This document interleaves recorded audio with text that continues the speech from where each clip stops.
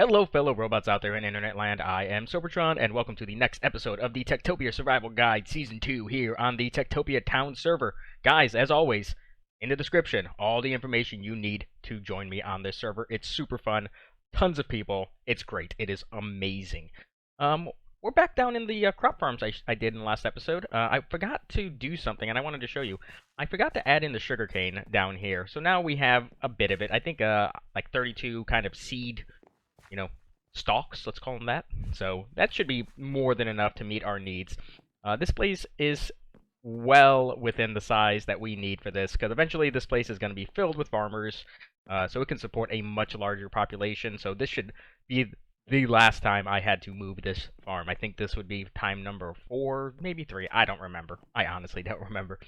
In between episodes, I've done a bit of, not really terraforming, but kind of prepping to terraform. I filled in these rivers over here, mostly with stone, and I'm gonna put one layer of sand across the top. It'll just help with the terraforming needs later on. Eventually we'll get rid of this floating platform here. And I did tear down our old crop farm up top, and I expanded our tree farm a little bit. That is not the permanent location, but that's going to be in the future. We're going to move that underground as well. But today, guys, we are going to talk all things villager animals. Up until this point, I have been providing most of the food for our villagers in the way of free-range hunting. I will go off into the wilds, and I will kill lots and lots of animals with my looting 3 sword. I bring back tons of meat. I cook it up in my cooker up top, and I move it down here. But they go through food like nobody's business. So today we are going to fix that. We will be getting ranchers and butchers, and it'll be great. And we're setting up a temporary location for it as well. And it's going to go right in here for now, just so we can build up a nice supply of villager animals. The other cool thing that I haven't really shown, but since we've made this tavern, we have a ton of hearts. A ton of hearts. So all of these hearts together will fully populate this side of our main structure now, which is great. And I'm going to take a bunch of these now. Eventually, we're going to have 6 ranchers, so there's 6 right there. I think I'm going to add a few more farmers and miners, and sadly, I did lose one miner. He died when he was chased by a zombie into lava. It was a sad day. So we need, what is that, 13 more hearts. That's what I got here. I'm going to place all these down. I'm going to finish filling in these rivers over here, waiting for these kiddos to grow up into some nitwits. And then we'll assign some professions. And by then, hopefully, we'll have kind of the base work done for these ranchers. But I will be back once I have all of that done. So it's been a couple, in-game days. Our children have grown up into nitwits, and we've assigned 6 of them to be ranchers, which is a lot. Some people only start off with 1 or 2, but I wanted to go, big from the start with them. But I wanted to discuss a few things before we actually activate our animal pens, and that first thing I want to talk about is crops. So you need to make sure you have a good supply of crops before you start your animal pens, particularly wheat. Wheat is fed to both the sheep and the cows, so if you don't have a good supply and you have really big animal pens and not a lot of ranchers, there's a good chance your animals are going to starve just because they can't, they don't have the food, or I'll talk about some space stuff in a minute in the animal pens themselves. The pigs will eat a lot of stuff, so they eat potatoes, they eat carrots, and they eat beets. It really just depends on what your individual ranchers grab, but they will eat it all. Chickens, seeds, obviously. So they'll eat both the beetroot variety and the normal seed, like the wheat seed variety.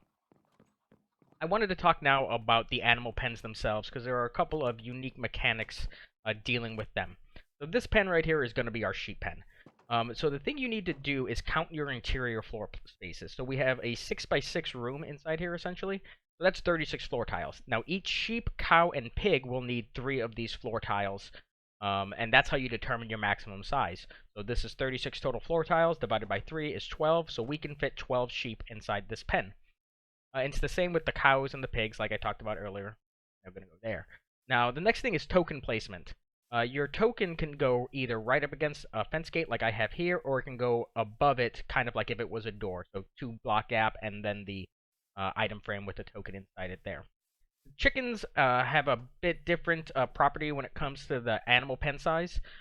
So each one of these floor tiles is enough for 1. So this is a 3x6 space, so we can fit 18 chickens in here. So we can fit 12, 12, and 12, so pigs, sheep, and cows, and then we can fit 18 of our chickens in there. I'm going to go ahead and activate this first animal pen right now. So what's going to happen now is once, daytime comes, because it is night now, our ranchers will go and grab our sheep that we have over here. Now, I did reduce their numbers a bit. Um, there's a mechanic dealing with the butcher that I'll explain later, but I want to have only 4 of each type in there, and I'll explain that once I get all the animals inside the pen. So now I've just got to wait. I'm going to do this one at a time. That way all the ranchers go for the sheep, and then I can go for, chicken, pigs, cows, all that fun stuff. So I'll be back in a little bit, and I'll explain some of the mechanics when it comes to breeding. So our animals have been moved from the, fake animal pens into now the real animal pens for our ranchers to do stuff and things with them. One thing I forgot to show you guys, though, involved our blacksmiths. And that was I turned on crafting shears for all of them. That way our ranchers could come down and, get us some wool, which they have been doing quite a bit. It's only been a couple in-game days, and there's already over half a stack in there. Bit of ways to go until we can sell it to the merchant, but it's still really nice to have. So I wanted to explain a bit about what these animal pens can do. So when we come in here, we can see that some of these sheep are glowing. Now these glowing sheep are villager sheep. When they're killed, they will result in villager items, villager meat, mutton in this case. One unique thing though about the cows and sheep and even the chickens is that regardless if they're villagers or not, when they're like sheared and milked and or they collect eggs, it will be villager regardless. So this sheep right here, he will give us villager wool. This cow will give us, villager milk. Ugh, rockets. And the chickens, that's what they're called, chickens, will give us villager eggs. Now, breeding is a unique thing, and it's kind of hard to realize. Is all the animals, when they're inside a valid pen, have a hidden hunger value. So as you can see, our rancher is feeding the cows right now, and they only feed them if their hunger is below 75. So they have a hidden hunger value. If it's below 75, they will feed them, and if 2 are fed in quick succession, they will result in a baby. One unique thing, though, is that the animals don't lose hunger when it's nighttime. If it's nighttime, your ranchers obviously are not working, and your animals will starve. That was actually a problem during a beta of this. Animals were starving all the time at night, but there was really nothing you can do about it. Tango changed the code, and now nighttime comes, they don't, lose hunger. Essentially, pretend like your animals are sleeping too. That's the best way to think about it. But we have a ways to go before we're ready to tackle the butcher. Right now, the only animals that have been bred is the sheep, and I've purposely placed them there because they are closest to the town hall. So that animal pen will get a lot more activity than the other ones. So now I'm going to wait around for a little while. Oh, baby chicken, look at you. Awesome. I'm going to wait around for a little while, let all these animal pens fill up, and then I will, make our butcher, and we will talk about all the things he has to offer. So I just realized I failed to talk about the rancher AI up until this point. They are breeding our animals nicely. That's slow but steady. They will get there. But let's look at this guy right here. So their AI is pretty basic. They've got 4 different functions to feed the different animals, and we're gonna leave all those on from the beginning. I don't ever plan on needing milk. The only thing really that's used for milk is cake, and cake really isn't that efficient of a food source, so we will turn that off in most situations. Shearing sheep is always something that's really good. You're going to find eventually you're going to have more wool than you know what to do with. So like logs, I will use this as a fuel source to make charcoal to make my own torches. And everything else is relatively basic. The thing I want to explain is returning to lost animals. So occasionally, our animals will escape. The rancher will, exit as another animal exits, and he will just be roaming around here. And that will allow our ranchers to bring them back. It will also make them search for animals throughout your entire village boundary. So one thing I recommend is not having any animals out here. I had those few in the animal pens that were over here and are now mostly gone. I forgot to remove these two. My bad. But I recommend getting rid of all the animals within your area. It just makes them a bit more efficient. That way they're only going from storage, their home, and the animal pens. It just makes things a little bit better. But I'll be back once all of this is full now, and we can talk about the butcher. So after many hours of standing here watching these ranchers just go to town and breed up these animals, we're finally at a point where we can get a butcher. Now I have made a few alterations to this room, namely in the size of the animal pens themselves, and I also repositioned a few things. So right now, we can have up to 24 sheep and 24 chickens. I actually switched the cow and chicken pens around. And then we can have both 16 of each pigs and cows, which is great. That's a lot more than we initially had. So we should end up with a lot more meat, a lot more leather, eggs, and wool. We actually have quite a bit of wool already. I was just checking this a moment ago. This chest. We have more than enough to trade to our merchant now, and eggs are over here, and we are almost at the point where we can trade 5 stacks to our merchant. Let's see if he actually is offering wool today, because that would be awesome. He's offering eggs. No wool. Dang it. Anyway, I now have to build our butcher. And I'm going to show you guys something that I showed off kind of towards the end of my Season 1, Advanced Rancher episode, Advanced Animal episode. And it's really cool, and it'll make things a lot more efficient for our butchers.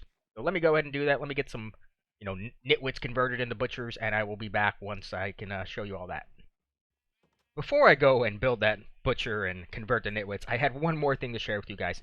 Now, you will get an in-game message if your animals are starving. So if you get messages saying, chicken has died to starvation or cow has died to starvation, you probably have too big of animal pens or you don't have enough ranchers. So play around with it. It's not a hard science, let's call it that. It's very variable. It's going to depend on animal pen size and the amount of ranchers you have. So if you see those in-game messages popping up, modify things. Add more ranchers or reduce your animal pens until you kind of reach that equilibrium where you have enough ranchers to support your animals. It's a slow process. You have to pay attention, but it's one thing that I find is invaluable. You have to kind of play with these things. But let me go and do that whole thing with the butcher now, and I will be back.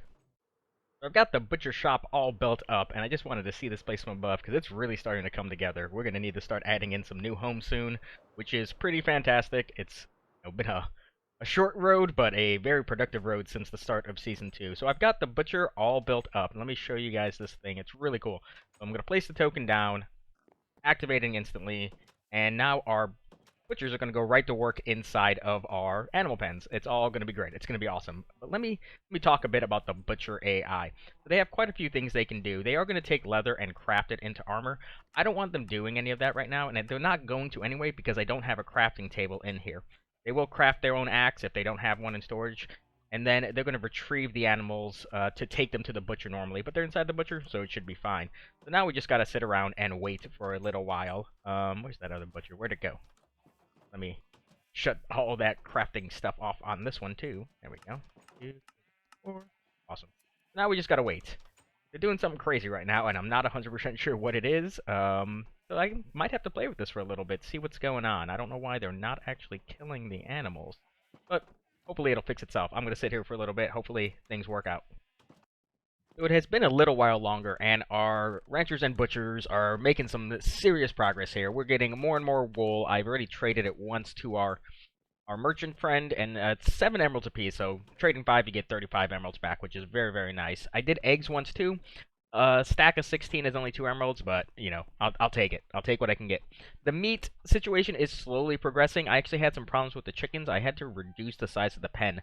For some reason, they just weren't being fed fast enough, so I reduced it back down to its original size. And we are finally getting some leather in. The butchers will actually hang on to 8 of them at all times, just so that they can craft things, even though I have it turned off. And I did have to redo our actual butcher shop area. For some reason, they were just bringing the animals out here and not killing them, so it would work. It did work in my single-player world. It might have to do with some server settings over here, but this has been working for us nicely. The butchers will just bring it right into that shop. They kill the animals and then take all their, delicious byproducts to storage, and it's great. It's going really well. But I think I'm going to call it here today, guys. We finally have some, build your food soon to be coming. I'm going to wait a little bit longer, though, before I actually get some chefs and our kitchen, because I want to make sure we have a absolute ton of villager meat before we do all that. But until next time, guys, you have a good one.